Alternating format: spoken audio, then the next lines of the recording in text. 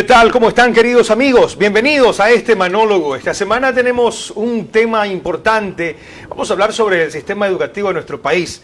Este sistema educativo universitario en Ecuador enfrenta varios desafíos y oportunidades que reflejan una diversidad y la necesidad de modernización. A continuación, vamos a abordar estos temas con el PhD. Vamos con Félix Pilay. Él es presidente de la red ICAL en Sudamérica o en Latinoamérica sería. Bienvenido a este programa, Félix.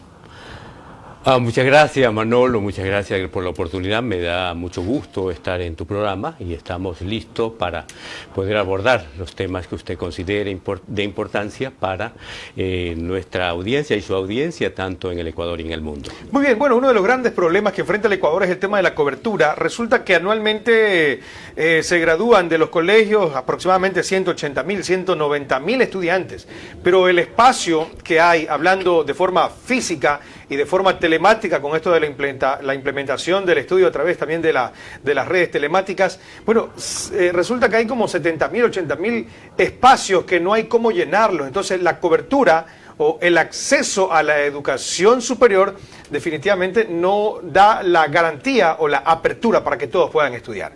¿Cuál es su concepto con respecto a eso? Bueno, ese es un problema que tenemos los ecuatorianos, sobre todo en los últimos tiempos, y hay que puntualizar. Yo recuerdo que por allá en el 2010 me hicieron una entrevista en donde abordábamos este tema y yo decía que uno de los problemas graves que enfrenta el Ecuador y que enfrentará en el futuro es cuando se decide tomar los famosos exámenes de ingreso, y estos exámenes de ingreso de alguna manera cortaron la posibilidad de mucha gente de poder ingresar a la universidad, y se pedía, por ejemplo, que tengan una puntuación hasta de 1000 puntos, y había casos de personas que llegaban a una altísima puntuación, pero que sin embargo no podían ingresar a las universidades, y esto ha conducido que se vayan repitiendo estos procesos cada año y no puedan ingresar. Si bien es cierto que ahora de alguna manera se ha cambiado, pero en los hechos todavía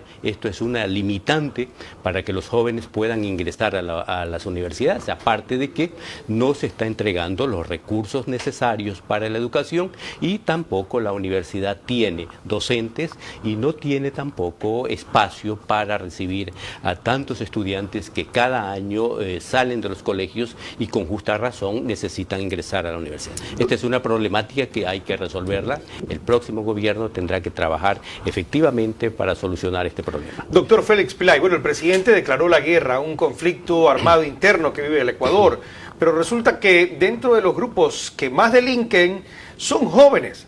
Son jóvenes que son de 14, 15, 16, 17 años, que ellos deberían de estar ocupando un espacio en una aula, sea virtual o sea de forma física.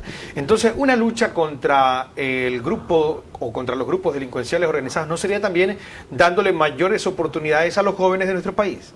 Sí, esto va porque el gobierno tiene que invertir en educación.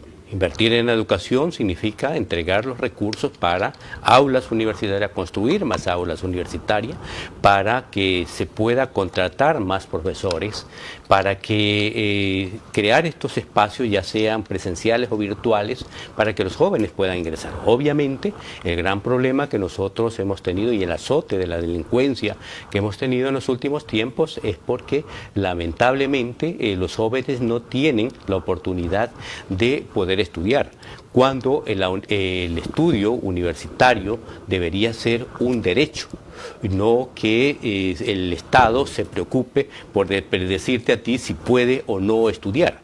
Tiene que haber esa oportunidad, tiene que haber esa apertura para que los jóvenes puedan.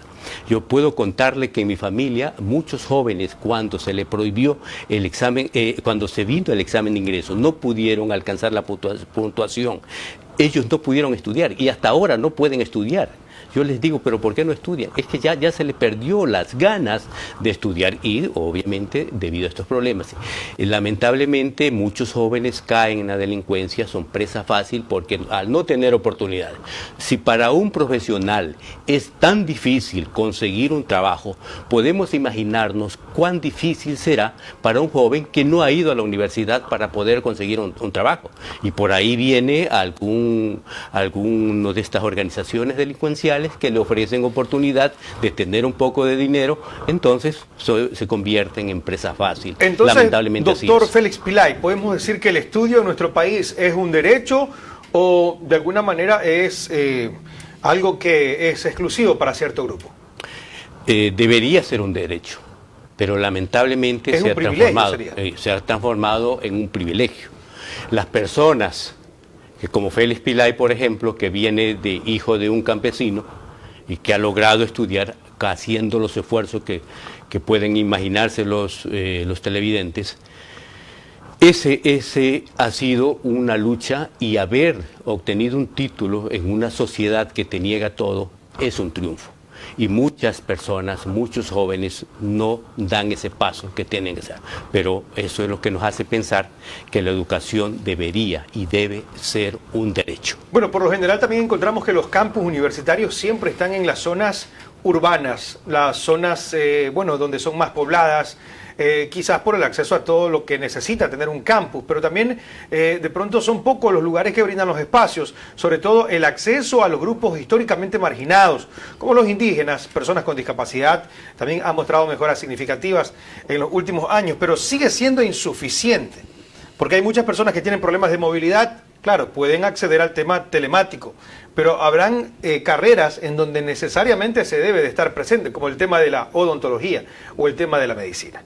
Manolo, te agradezco que haya topado este tema. Y quiero aquí saludar a mi gente en el Cantón 24 de Mayo. Nosotros estuvimos haciendo una gestión para que la ULIAN tenga una extensión en el Cantón 24 de Mayo. Todo iba muy bien, pero lamentablemente hasta este momento no se ha concretado. ¿Por qué es importante? Hay cerca de 900 estudiantes que los colegios sacan cada año para que puedan, y estas personas podrían ser un factor importante para que entren a las universidades.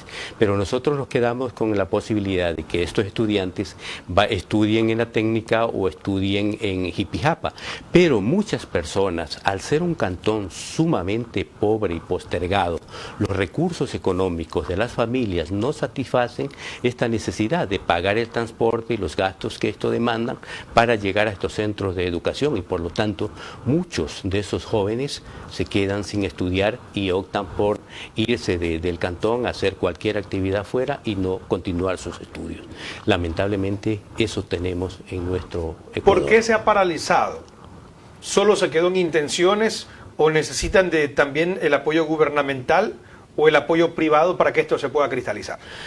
Tenía que, quiero decirlo que en este tiempo, cuando empezamos a hacer esta gestión, luego vino la oportunidad de que sea candidato a alcalde y se pensaba que Félix Pillay iba a ganar las elecciones, y obviamente porque a través de la alcaldía podíamos nosotros hacer un convenio con la universidad para que la universidad pueda establecerse. Al no ganar las elecciones le tocaba al alcalde actual en funciones de continuar este proceso. Ya estaba todo decidido, pero lamentablemente no hubo la decisión de parte de la actual administración para firmar este convenio, sobre todo para abrir los espacios en donde iba a funcionar la universidad y algunos recursos que obviamente son necesarios en contrapartida. Obviamente la universidad también se ha visto limitada porque los recursos que entrega el Estado a las universidades también han sido recortados, y obviamente estos son los factores que no han permitido que nuestro cantón tenga ya su universidad, su extensión universitaria. Bueno, entonces falta decisión política. Exacto. Bueno, hablemos de la calidad y la relevancia. El sistema se enfrenta a desafíos en la calidad educativa y también la pertinencia de los programas académicos. Bueno, a pesar de que los avances persisten, hay inconsistencias en la vinculación entre la oferta académica y las necesidades del mercado laboral y el desarrollo nacional. Por ejemplo, hemos visto carreras que empiezan bien, su oferta académica es atractiva, los chicos se matriculan, terminan su carrera, pero cuando salen de graduados no tienen espacios para poder ejercer su profesión. Y voy a hablar, por ejemplo, de los ingenieros en marketing. En la Universidad San Gregorio, muchos ingenieros en marketing, en ecoturismo, se graduaron con la esperanza de encontrar un espacio en el sector productivo, laboral del país, pero lamentablemente no lo encontraron. Quizás hace falta que el diseño de las carreras sea acorde a lo que realmente se necesita en nuestro país. Bueno, esto también es importante destacar que aquí hay un problema de que el país no te ofrece las condiciones para que pueda desempeñarse laboralmente. Y obviamente la universidad ahí tiene un rol que cumplir, es decir, ya no preparar a los jóvenes para que vayan a trabajar, ya sea en una empresa pública o privada, es decir, no se descarte también esta posibilidad, pero no debe ser ese el fin, sino ir formando a los emprendedores para que pongan su propia empresa. Obviamente, como usted lo señalaba en el tema de marketing, con seguridad habrán profesionales que salieron de esta universidad y que ahora tienen su agencia de marketing, posiblemente sí o posiblemente no, pero este es un camino para que puedan abrirse y poder ir creando sus emprendimientos. Y el Estado, por supuesto, debe cumplir con esta obligación. El Estado tiene la posibilidad y tiene la obligación de crear condiciones para que haya la inserción laboral de los estudiantes, porque no es posible que tengan que estudiar 4 o 5 años y luego salen y no saben a dónde ir ni qué hacer. Se necesita aquí, por parte de la universidad y por parte del Estado, de ir abriendo estos caminos para que los jóvenes se puedan insertar laboralmente. Doctor Pillay, entonces necesitamos cambiar de alguna manera el chip de la gente, porque cuando uno estudia, uno pone como su máximo sueño graduarse, pero encontrar un espacio en el sector público, tener un trabajo seguro de alguna manera y después jubilarse. Y sabiendo que la realidad de nuestro país en la población económicamente activa, que son 9 millones de ecuatorianos, 5 millones no tienen un empleo pleno, 3.200.000 son empleados privados y apenas 800.000 son los empleados públicos. Entonces el Estado no tiene la capacidad para ofertar una gran cadena de empleo. Entonces el sector privado, como usted bien lo dijo, el tema del emprendimiento, pero hace falta que el Estado o el país de alguna manera vaya diseñando o vaya democratizando el emprendimiento. Porque hoy, por ejemplo, no hay diferencias entre un grupo corporizado que tiene un capital importante para invertirlo a través de un estudio. No lo hace a palo ciego, sino a través de un estudio, y cuando hace su penetración de mercado tiene un tiempo de 1 a 2 años para tener retorno de la inversión. Pero sin embargo, para una persona que quiere invertir, hace un crédito de $20.000, un pymes, invierte en mercadería, $8.000, $9.000, invierte en un local, tiene que pagar el personal que va a trabajar con él, tiene que pagar los servicios básicos y también tiene que parar la olla, tiene que solventar la necesidad de su familia y el banco no le espera. Entonces, es esta la razón que hay muchas personas que invierten, pero sus emprendimientos fracasan en el lapso del primero y máximo del segundo año. Entonces, no está democratizado el emprendimiento. La política de los créditos en nuestro país es diferente a otros países. Por ejemplo, yo veo que hay otros países que tienen crédito que le dan la posibilidad a que usted vaya pagando conforme va generando. ¿Qué quiere decir esto? Que las cuotas no están prorrateadas fijas, sino que usted va pagando conforme va produciendo. Y es consciente que si usted paga rápido ese crédito, puede acceder a un nuevo crédito para seguir ampliando su mercado. Pero sin embargo, la oportunidad que brinda nuestro país, doctor Pillay, son más para el sector banquero o bancario, que son solo 12 bancos en el país, que para la mayoría de ecuatorianos que lamentablemente tienen problemas a la hora de invertir. Bueno, la política nacional y la política de nuestros gobernantes debería pensarse en este sentido. Porque, ¿qué sucede? Las universidades pueden decirte, queremos que ustedes sean los próximos emprendedores, pero sale al mundo a enfrentarte. Como usted señalaba, el tema de los créditos es fundamental. Nosotros hemos insistido de que una de las razones por que los emprendimientos quiebran después de 1 año, máximo 2 años de estar en funcionamiento, y otros se quedan en carpeta porque no pueden canalizarlo por falta de recursos económicos y por las altas tasas de interés. No es posible, por ejemplo, estimado Manolo, que nosotros vivamos en un país en donde su moneda es la moneda norteamericana, es el dólar norteamericano, y no solamente que es el dólar norteamericano, sino que es una divisa que sirve para el comercio mundial. ¿Qué significa esto? Que esa divisa debe tener un comportamiento en su tasa de interés a nivel mundial. ¿Cómo es posible que en el Ecuador la tasa de interés para el consumo esté en 16.5%. Eso es una locura. Cuando también al mismo tiempo la tasa de interés para pequeños emprendimientos, para los trabajadores agrícolas, esté cerca del 30%, exactamente el 28%, y eso es una locura en realidad. Por lo tanto, aquí hay que desarrollar una política de Estado en donde se decida definitivamente bajar las tasas de interés. El Banco Central puede hacerlo, bajar las tasas de interés. Esto va a hacer que haya mayor acceso al crédito. Al haber acceso al crédito hay oportunidad de poner este dinero a trabajar, a que las empresas amplíen sus empresas, amplíen la posibilidad de producir más, de contratar mayor número de personal. Asimismo, los emprendedores empiecen a pensar y a hacer funcionar a sus emprendimientos. Pero si tenemos una tasa de interés tan alta, son muy pocas las personas que se arriesgan, y aquellos que se arriesgan, lamentablemente, muchos de ellos fracasan. Bueno, ¿y cómo es posible que tengamos, por ejemplo, un banco o tengamos bancos estatales que manejan las mismas políticas financieras que una banca privada? Entonces, ahí se ve que hay poco apoyo por parte del Estado, sobre todo el Estado central, que es el que dirige la política pública nacional, con respecto de no diferenciar el banco estatal con el banco privado. ¿Debería de haber una diferencia? Debería haber una diferencia, por eso es el Banco del Estado el que debe, primero, debe dar créditos direccionados a los sectores productivos. La banca privada también tiene su obligación, porque ese es el Estado, que conjuntamente con Asobanca en el Ecuador, quienes deciden las tasas de interés, y debería haber un compromiso de la banca. Cuando yo señalaba que nosotros tenemos la moneda del dólar, y que es una divisa internacional, nosotros tenemos la tasa de interés más cara del mundo. Porque si usted revisa la tasa de interés del dólar como divisa en Alemania o en España o en cualquier país del mundo, usted se va a encontrar que la tasa de interés no va más allá del 3%. Revisa la tasa de interés en los Estados Unidos, en la casa del dólar, la tasa de interés no va más allá del 2.5, 3%.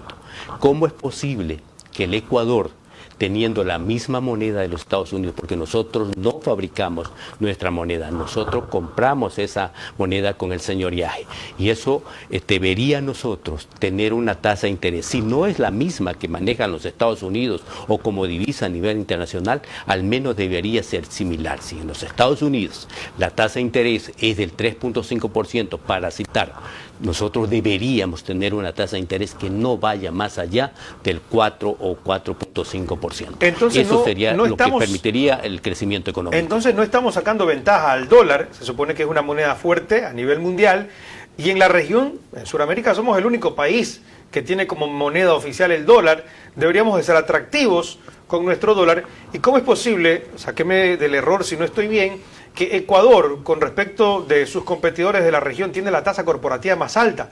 Creo que Ecuador la tiene como por el 32%, mientras que Perú, Colombia y el resto de países la tiene como por el 21%. O sea, son 10, 11 puntos de diferencia en una tasa corporativa que tampoco no nos hace atractivo para la inversión. Mire, el Ecuador ha perdido y está perdiendo una gran oportunidad de sacar de ventaja al dólar. Lamentablemente, nuestros empresarios y nuestros gobernantes no han tenido la visión de hacerlo. Nosotros tenemos una moneda fuerte, tenemos una moneda dura, y debería ser ese capital que nos permita crecer como país, pero lamentablemente no se lo ha hecho, y no se lo ha hecho por una razón. No se lo ha hecho porque al nosotros tener dolarizada la economía y tener unas altas tasas de interés, el Ecuador se transformó en un país sumamente caro para producir. ¿Qué implica esto? Que para un inversionista venir a producir en el Ecuador le resulta sumamente caro. Ellos prefieren producir en otros países como Colombia, Perú y otros, y enviarnos el producto ya elaborado al Ecuador. ¿Qué ha sucedido en el Ecuador? Si usted revisa las estadísticas, cuando la dolarización tuvo lugar, más o menos en el Ecuador teníamos un 30% de industrias en el Ecuador. Viene la dolarización y ahora estamos más o menos en el 5% de industrias en el Ecuador. ¿Qué ha pasado? Lo que pasó es que para un ecuatoriano industrial, producir en el Ecuador se le vuelve sumamente caro, de tal manera que deja de producir y ese producto que él elaboraba es preferible traerlos de afuera, ya elaborado, y dedicarse a venderlo. Es por eso que esos industriales, que ahora ya no son industriales, ahora se han transformado en simples comerciantes de los productos extranjeros. Es por eso que usted va a las grandes ciudades del Ecuador y encuentra abarrotado de productos chinos, productos mexicanos, productos europeos, de todo tipo de productos, pero no productos ecuatorianos. Entonces, porque ahí están muy felices, muy cómodos, siendo comerciantes y ya no productores. Entonces ahí estamos copiando mal, estamos copiando lo mismo que hizo Estados Unidos. Claro, también las conquistas laborales de alguna manera van complicando el panorama. Mire usted que, por ejemplo, hoy se debate, la ministra de Trabajo está en reuniones técnicas con los representantes de los trabajadores por subir $104 más al salario básico unificado. Estamos hablando que si el salario básico unificado en el Ecuador en este año estamos en 460, subiría, póngale $100, subiría 560, que no se compadece con la canasta básica. Pero poniendo un salario básico unificado en 560, va a hacer que cuando alguien quiere invertir en el Ecuador, sabe que la mano de obra, que es lo principal, le va a ser sumamente más caro pagar mano de obra en el Ecuador. Y eso también resta la posibilidad para poder seguir invirtiendo en el país. Aunque resulte atractivo pensar que nos deben de subir el salario. Bueno, en realidad le cuento que muchos de los problemas que tienen las empresas al invertir en el Ecuador es porque el salario no se compadece de la realidad. Es decir, ellos quisieran que los trabajadores en el Ecuador tengan mayor salario. Mire que es contradictorio. No es que se ha vendido una historia que no es tan real. Se dice que el gran problema del Ecuador y de los problemas que tenemos con la alta inflación, bueno, ahora de alguna manera se ha reducido, pero se hablaba de que era problema de los salarios y que por eso era necesario reducir los salarios o congelar los salarios. Eso se ha hecho. Al hacer esto, reducir los salarios y congelar estos salarios, se suponía que esto iba a mejorar la economía, pero no es así. Lo que se debe de hacer es lo contrario, y voy a citarle un caso que es sumamente interesante. En el 2014, gracias a Dios, publiqué un libro que fue publicado por una editorial de los Estados Unidos que se llama Salario, Inflación y Conflictos Sociales. En este libro yo planteo una cuestión que es fundamental y que fue objeto de crítica por organismos internacionales, porque yo planteaba una cuestión con relación a la inflación. Y yo decía que por qué en el Ecuador, que tenemos sueldos bajos, nos dicen que no hay que subir los sueldos porque eso hace que la economía se limite, que haya mayor inflación y que los precios suban. Pero ¿por qué en Europa los salarios son altos y tenemos tasa de inflación baja y tenemos mejor nivel en la economía? Nos hacíamos esta pregunta y la respuesta es la siguiente. En el Ecuador, cuando nos suben el salario, como nosotros tenemos necesidades insatisfechas, con ese aumento de salario vamos y compramos lo que nos hace falta. ¿Qué sucede en Europa? Como ellos tienen buen salario, no tienen o son muy pocas las necesidades insatisfechas. Por lo tanto, cuando le suben el sueldo, ese dinero sirve para otra cosa, no para consumir más producto, porque nadie consume más de lo que necesita.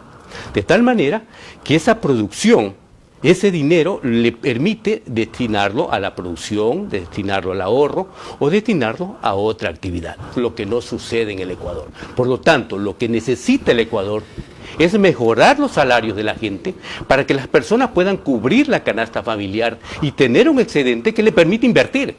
Si no, ¿cómo se mueve la economía? Mejorar la capacidad adquisitiva de cada ecuatoriano. Muy bien, se pone interesante el tema, pero vamos a una pausa y ya regresamos. No se mueva, no respire, ya regresamos.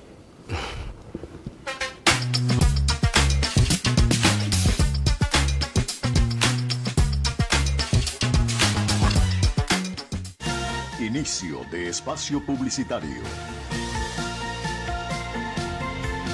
Estás en Escándalo TV. Escándalo TV está en Manta. Canal 77 Extreme. Fin de espacio publicitario. Estás en Escándalo TV.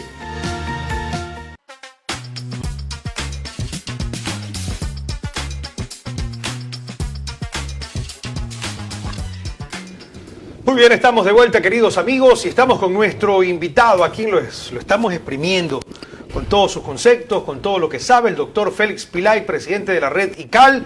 Ya más adelante vamos a hablar de la red ICAL, pero sin embargo, el tema que se quedó hasta antes del corte comercial, hemos escuchado de la redistribución de la riqueza, mucho se ha hablado de la redistribución de la riqueza, pero tenemos un país que tiene asimetrías por donde quiera que lo miremos. Tenemos desigualdad social por donde quiera que vayamos en todo el territorio nacional. Entonces, ¿de qué se trata esta redistribución de la riqueza? Y en nuestro país, ¿eso es simple canto de sirena o es una realidad anhelada, por lo menos? Bueno, en el Ecuador, desde los años 80, por ejemplo, del siglo pasado, se ha discutido el tema de la redistribución del ingreso, y cuando usted consulta a algunos economistas, ellos le van a decir que el problema del Ecuador es porque hay una mala distribución de la riqueza. Y si existe una mala distribución de la riqueza, ¿qué es lo que habría que hacer? Habría que hacer una efectiva redistribución de la riqueza. Ahora, entender esto es un poco complicado. Dentro de un proceso productivo, ¿qué es lo que sucede? En este proceso productivo hay una generación de ganancias o de utilidades. De esta generación de ganancias y utilidades, una parte la aprovecha el empresario, otra parte la paga en impuestos y otra parte la paga a sus trabajadores. Es decir, de esta manera se redistribuye o se distribuye la riqueza. Pero ¿cuál es el problema que tenemos en el Ecuador?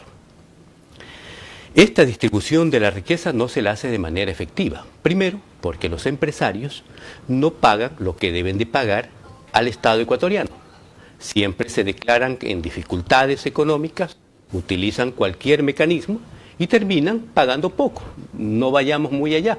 ¿Qué es lo que hizo el presidente Noboa cuando llegó al poder? Le condonó la deuda a cerca de 500 empresarios, los empresarios más grandes del país. 2.400 millones de dólares fueron condonados a los empresarios más grandes de este país. ¿Qué significa eso? Que los empresarios grandes que deberían pagar este dinero en sus impuestos, porque no es dinero de ellos, sino dinero que nosotros pagamos en impuestos y que deberían redistribuirlo acá. Ese dinero, al no pagárselo, el Estado no tiene dinero para la salud, para la educación y para otras actividades, y para la obra pública. No tiene dinero porque se lo condonaron a los empresarios. De esa parte, un pequeño porcentaje para los trabajadores. Pero los trabajadores le pagan poco salario, un salario que no es acorde a las necesidades, porque si hablamos solamente del precio de la canasta familiar, no tiene relación, aunque intentan decirnos que sí, pero es una mentira. No hay una relación salario-precio de la canasta familiar. ¿Qué es lo que sucede entonces? Que quien se queda con el grueso de la riqueza que se genera son los empresarios. Y no lo dice Félix Pilay. Quiero invitarlo a que vayan a las estadísticas y se van a encontrar que de toda la riqueza que se genera, el 80% se queda con los empresarios. De esto, más o menos el 15% para el Estado y el 5% para los trabajadores.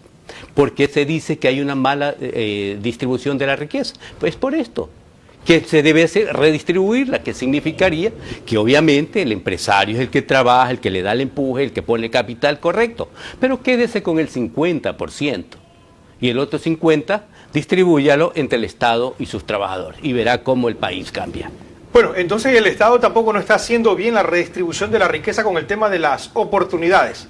Cuando hablamos de los bienes, hablamos de tangibles e intangibles. En este caso, los ecuatorianos que entran a una universidad pública, al menos son un bien del Estado, ¿verdad?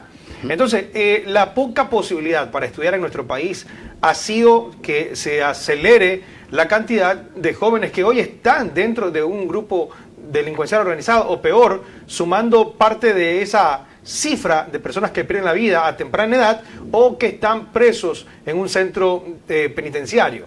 Entonces, ¿qué debería de hacer el Estado para poder redistribuir la riqueza y apalancar con mejor talento nacional y que no haya la fuga de cerebros? Porque resulta que hoy muchos profesionales quieren salir del país, quieren ir a trabajar a otros países, Estados Unidos, Canadá. Vemos que Canadá está haciendo una oferta laboral, incluso Australia está haciendo una oferta laboral para los ecuatorianos. Entonces, ¿cómo podemos frenar y que el Estado sea eficiente? Este año todos conocemos que incluso el presupuesto para la educación fue reducido. ¿Cómo hacer para que se tome al toro por los cuernos y se pueda enrumbar a este país que necesita invertir también en tecnología e innovación? Se necesita un estadista. El país necesita definitivamente un estadista en el gobierno. No es posible que nosotros tengamos aventureros políticos. Necesitamos estadistas que no estén pensando en las próximas elecciones, sino que estén pensando en desarrollar el país. Nosotros en el Ecuador, ¿qué es lo que sucede, mi estimado Manolo? Da mucha pena decirlo. Nosotros permanentemente estamos endeudando, solo para citar los últimos casos. En el gobierno de Moreno y del señor Lasso recibieron más de 6.500 millones de dólares del Fondo Monetario Internacional. Y este dinero venía para reactivar la economía. Pero resulta que nada se reactivó. El gobierno del presidente Lasso nos dejó prácticamente quebrados, según la información del actual mandatario. La pregunta es, si ese dinero vino para reactivar la economía, ¿cuáles son los sectores que se han reactivado? Y es por eso que yo insisto que una de las cosas que tenía que haber hecho nuestro gobernante es hacer una auditoría al anterior gobierno para establecer qué pasó con el dinero. Pero en todo caso es lo que tenemos en el Ecuador y es esto lo que no nos deja crecer. Hay una organización internacional muy prestigiosa que hace estudio para toda América Latina y el Caribe. Esta organización estableció que en el Ecuador cada año se evaden cerca de 7.000 millones de dólares por concepto de impuesto a la renta y por el IVA, por el valor agregado. ¿Qué significa esto? Que nuestros empresarios no pagan impuestos y que además, cuando usted pague el IVA, cuando compra un producto y pague el IVA, ese dinero que deben entregarle al SRI no se lo entregan, se queda con ello. Y mire usted, si solamente tuviéramos en el Ecuador un estadista que pudiera no permitir que se evadan el pago de impuestos y que se lleven el impuesto del IVA, solamente nosotros tendríamos ahí 7.000 millones de dólares cada año, que serviría muy bien para fomentar la educación en el Ecuador, para que nuestros jóvenes no se queden sin estudiar, para que nuestros jóvenes que se están preparando en nuestras universidades y tengan como objetivo salir del país, si sea a Estados Unidos o España, sino que esa gente se quede en el Ecuador, se quede produciendo en el Ecuador y no vaya a generar riqueza a otros países, se quede generando riqueza en el Ecuador. Bueno, entonces ese es otro gran problema, la falta de decisión también en querer cobrar, porque si usted habla de que hay ya registrados numéricamente establecidos, según la investigación, 7.000 millones anuales, el déficit de este año fueron 8.000 millones de dólares. El otro año se comenta que son 10.000 millones de dólares. Entonces ahí solventaríamos el gran problema que tenemos con este desbalance del presupuesto general del Estado. Pero bueno, en temas de planificación parece que tenemos rojo. Y el plan de desarrollo del sistema de educación superior me da la impresión de que se ha quedado paralizado. Y yo veía un meme en el que veíamos una foto de hace 100 años atrás, que la educación sigue siendo la misma que ahora. Una aula, una pizarra, un profesor, cerca de 30 o 50 estudiantes en un aula, pero sin embargo la tecnología va avanzando. Hoy tenemos telefonía celular que podemos nosotros mirar la cara de la otra persona del otro lado del continente. Entonces, ¿cómo es que la tecnología sigue avanzando? El mundo digital, el metaverso sigue avanzando, los niveles de comunicación siguen avanzando, pero las técnicas de estudio siguen siendo las mismas, usando las mismas herramientas y la misma forma que hace 100 años atrás. Aquí hay que ser un poco objetivo y espero no entrar en contradicción con algún amigo de alguna tendencia política. Pero en el Ecuador tenemos que pensarlo de esta manera. Nosotros en el pasado, nuestro modelo educativo era un modelo conductista. Conductista, que significa que en la repetición está el aprendizaje. Es por eso que a los niños en la escuela se les hacía repetir las vocales y cuantas veces sea necesaria, y vaya a la casa a repetir 100 veces la A, por ejemplo. Entonces, este modelo conductista en realidad ha fracasado, pero sin embargo, en este momento, cuando supuestamente estamos ya en otro modelo, el modelo constructivista, en este momento, si bien es cierto, no todos los profesores aplican este modelo, que deberían hacerlo, es diferente, porque el estudiante aprende no solamente con la repetición que le hace el profesor, sino que también investiga y forma sus hipótesis, y a partir de esto va desarrollando su aprendizaje.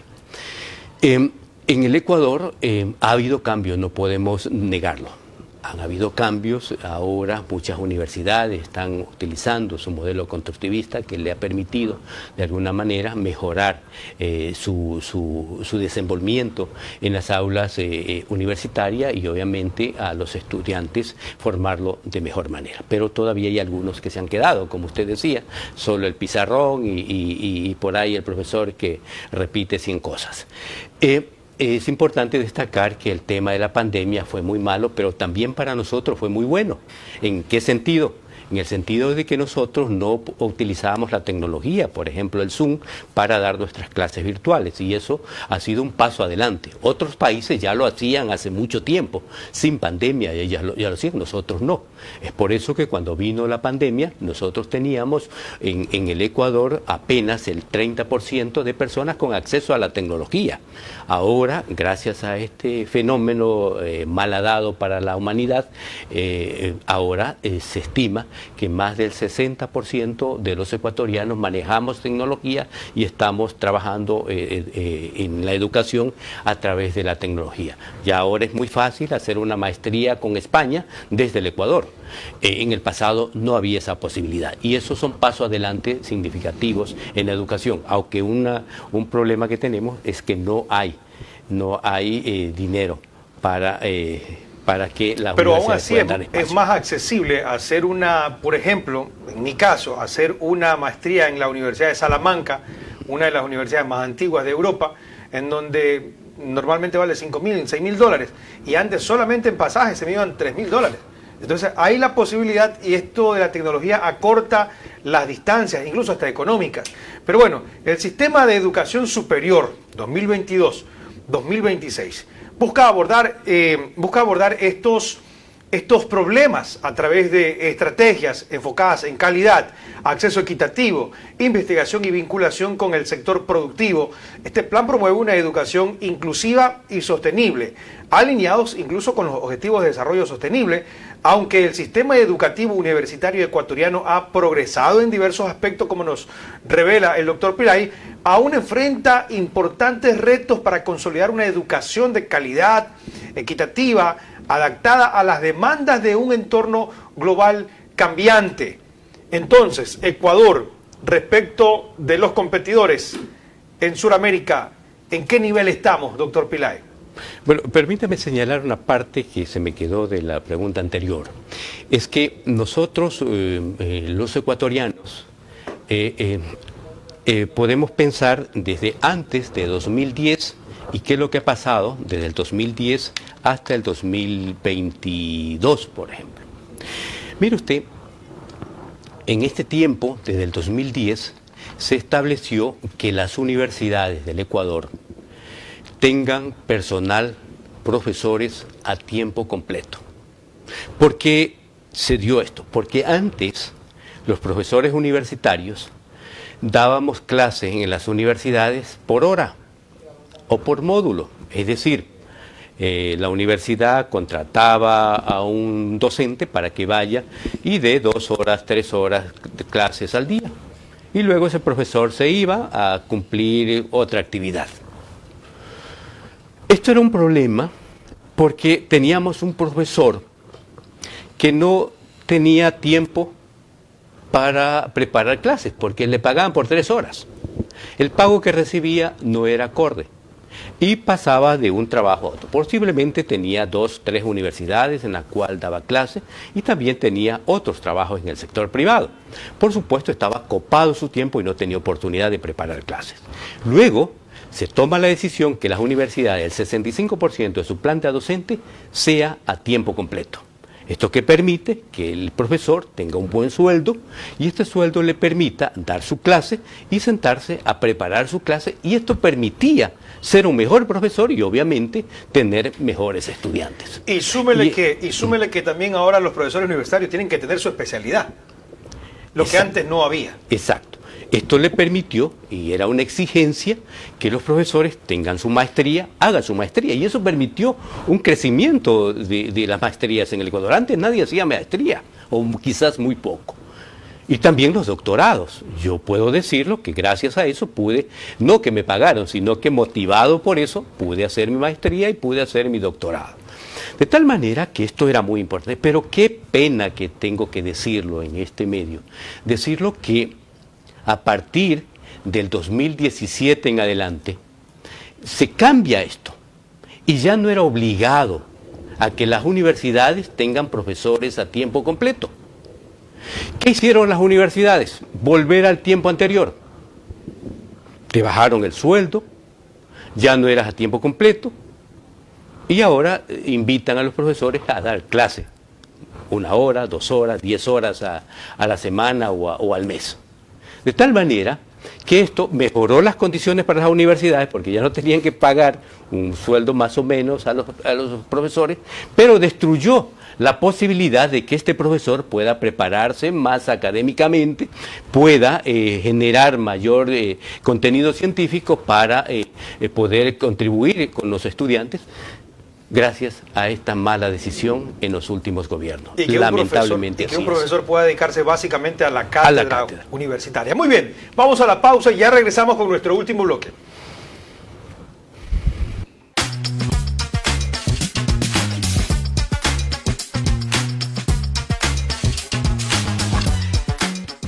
Inicio de espacio publicitario. Estás en Escándalo TV.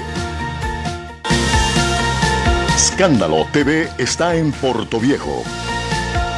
Canal 77 Extreme. Fin de espacio publicitario. Estás en Escándalo TV.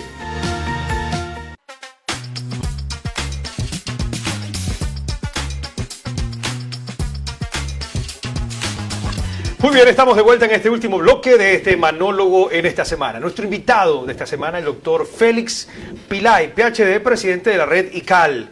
¿Cómo está posicionado el sistema educativo con relación a los países de la región, doctor?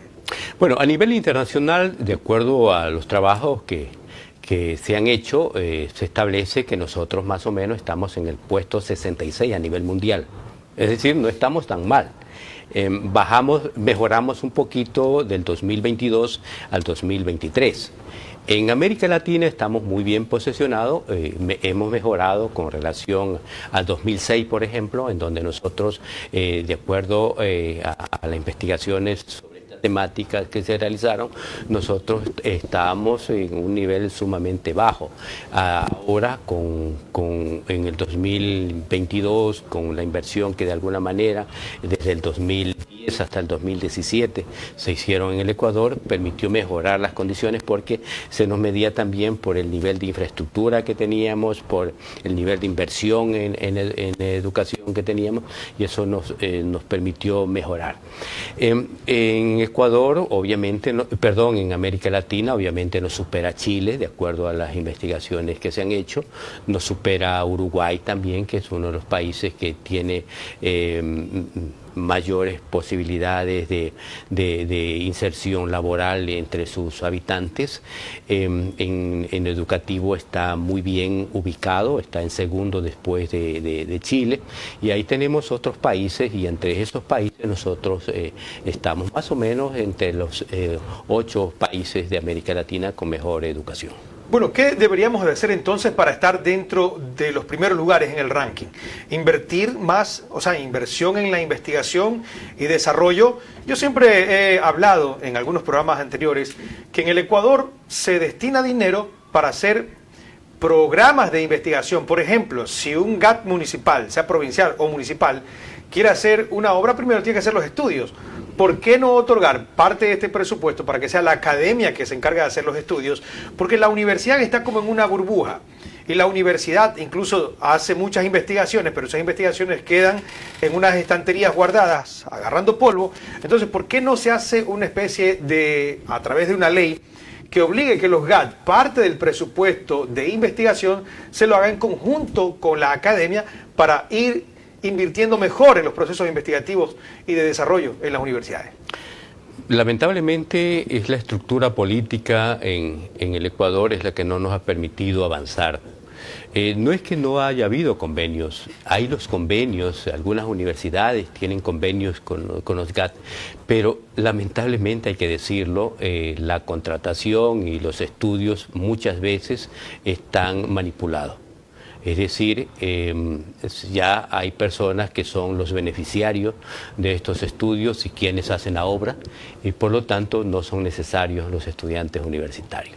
Hay que democratizar el trabajo, el desarrollo de obra, tanto en los GAT y en el Ecuador mismo.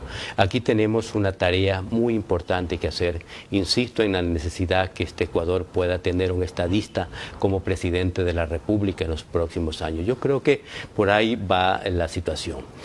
Si nosotros podemos hacer que estos recursos que son entregados a otras entidades vayan a la universidad y puedan los estudiantes hacer sus estudios y que estas investigaciones sirvan para algo, esto por supuesto va a mejorar las condiciones que tenemos ahora los ecuatorianos. Y de alguna manera se aumenta de manera significativa los presupuestos destinados a las universidades e instituciones que no necesariamente tengan que salir del gobierno central, sino que también de los gobiernos seccionales. De alguna manera ellos ayuden a llevar la carga de que la investigación sea la prioridad. Yo me siento muy complacido. Puerto Viejo, una ciudad para vivir, se nos enseñó como eslogan en alguna administración. Pero ¿por qué no decir Puerto Viejo una ciudad para estudiar? Porque mire, ¿cuántas universidades tiene? La Universidad Técnica de Manabí, con 30.000, 40.000 estudiantes. Tiene la Universidad San Gregorio de Puerto Viejo, con un campus muy espectacular. Tiene la Universidad Pontificia de la Universidad Católica. Entonces tenemos espacios a través incluso de universidades que tienen sus campus, pero brindan cobertura telemática. Entonces, claro, si los GAT, si el GAT Puerto Viejo, si el GAT provincial, los GAT parroquiales invierten también en los temas de investigación, estoy seguro que el nivel académico de los ciudadanos aumenta. Y para poner un ejemplo, Puerto Viejo, pero esto debería de replicarse en todas las provincias y en todos los cantones del país, invertir más en investigación, doctor. Mire que en el pasado nosotros, quienes hemos sido profesor universitario, tuvimos la posibilidad de que la universidad auspicie las investigaciones. Y claro, muchos profesionales hicimos investigaciones que fueron auspiciados por el Estado ecuatoriano y por las universidades. Pero esto se terminó. Ahora, si un docente, un profesor quiere investigar, tiene que hacerlo con sus propios recursos. Eso limita la posibilidad de mejorar. Si hay muchas personas, hay muchos profesores que no investigan y simplemente se le pregunta por qué no lo hacen, porque no hay los recursos, bueno, no hay el incentivo. Entonces, ahí necesitamos que haya inversión del Estado, de las universidades, para que haya una mejor inversión en el Ecuador. Para los que quieren investigar, hablemos de la red ICAL. ¿Qué significa? ¿Cómo está integrada? ¿Y cuál es la proyección que tiene con respecto a la comunidad? Red ICAL, Red de Investigadores Científicos de América Latina y el Caribe. Hace 2 años era un sueño que tenía este servidor y luego la materializamos. ¿Por qué era un sueño? Porque, bueno, como docente universitario tenía la oportunidad de viajar por algunos países dando mis conferencias, invitado por las universidades, y siempre me encontraba con profesores que tenían red de investigaciones en sus países. Y esto le permitía hacer mayores investigaciones y que haya mayores posibilidades de que sus compañeros investigadores citen sus artículos. A mí me pareció una cuestión muy importante y empecé a pensarla. Luego tomé contacto con Andrés Ultrera, un investigador también de México, y coincidimos en la necesidad de conformar una red investigadora. Lo hicimos el 28 de septiembre del 2022. Y ahora nuestra red ha crecido. En este momento somos cerca de 900 investigadores en América Latina y el Caribe. Somos 18 países, incluidos Estados Unidos, Canadá, Portugal y España. Estamos muy contentos porque la red ha crecido más de lo que pensábamos. Entonces están a las órdenes las redes sociales de la red ICAL de Letrelo para que la gente pueda buscarlo. Ya, la red ICAL, I-C-A-L-M. Red ICAL, búsquennos ahí, busquen nuestra página web, tomen contacto con nosotros, involúquense como investigadores. En el Ecuador hemos crecido, en este momento somos 149 investigadores en el Ecuador. Todavía nos lleva ventaja México, obviamente es un país más grande, ellos tienen 275 investigadores dentro de la red ICAL. Pero son un solo grupo, perfecto. Un solo grupo. Muy bien. Queremos crecer, lo invitamos a ser parte, entre a nuestra página web. Muchas gracias, doctor Félix Peláez. Se nos fue el tiempo. Será hasta la próxima semana, si Dios nos permite y si así el Supremo Juez en cuestiones de preferencia nos permite también estar con ustedes mismos, queridos oyentes.